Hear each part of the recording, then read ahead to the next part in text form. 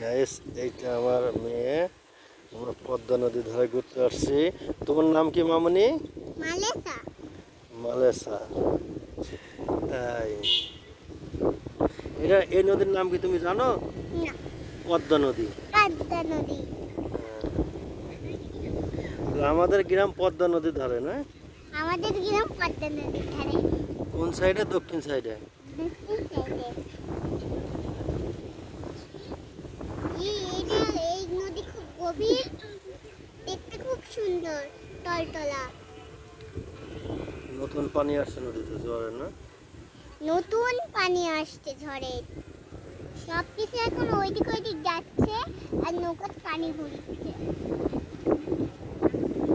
কি সুন্দর সূর্য মামা, সবাই মাছ মারার জন্য জাল মারছে। থামো, ও বাবা কি পিঁপড়া! এই যে এদিকে পিঁপড়া গাছ, তুমি এদিকে আর আসবে না, পিঁপড়া কামড় দেবেন তোমার। তারপর এদিকে পিঁপড়া। এটা বলে মিলিটারি পিঁপড়া, লাল পিঁপড়া, খুব কামড় দিলে পায়ে জ্বলে। চল এখন পিঁপড়া আছে। তুমি এদিকে আর আসবে না, পিঁপড়া কামড় ওইদিকে দেবে। আছে। তাই দুদিকে দেখো পিঁপড়ার।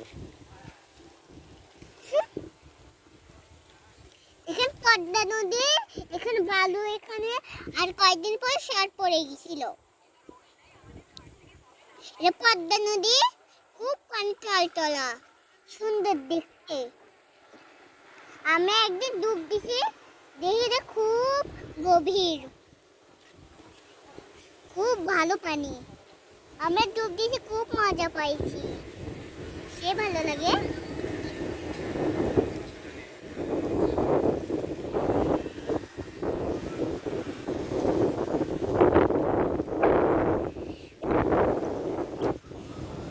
পদ্মা নদীর ওই পারে রাজবাড়ী জেলার পাংশা থানা দেখা যাচ্ছে। মূলত এই পদ্মা নদী আমাদের সুজানগর থানা, রাজবাড়ী জেলার পাংশা থানা ঢাকা বিভাগকে ডিভাইড করছে। ঢাকা বিভাগ আর রাজশাহী বিভাগ পদ্মা নদী।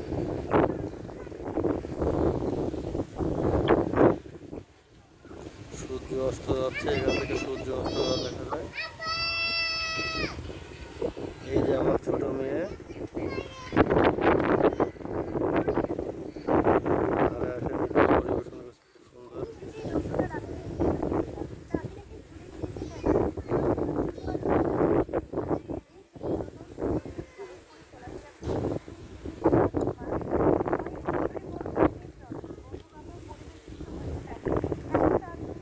মনের আনন্দ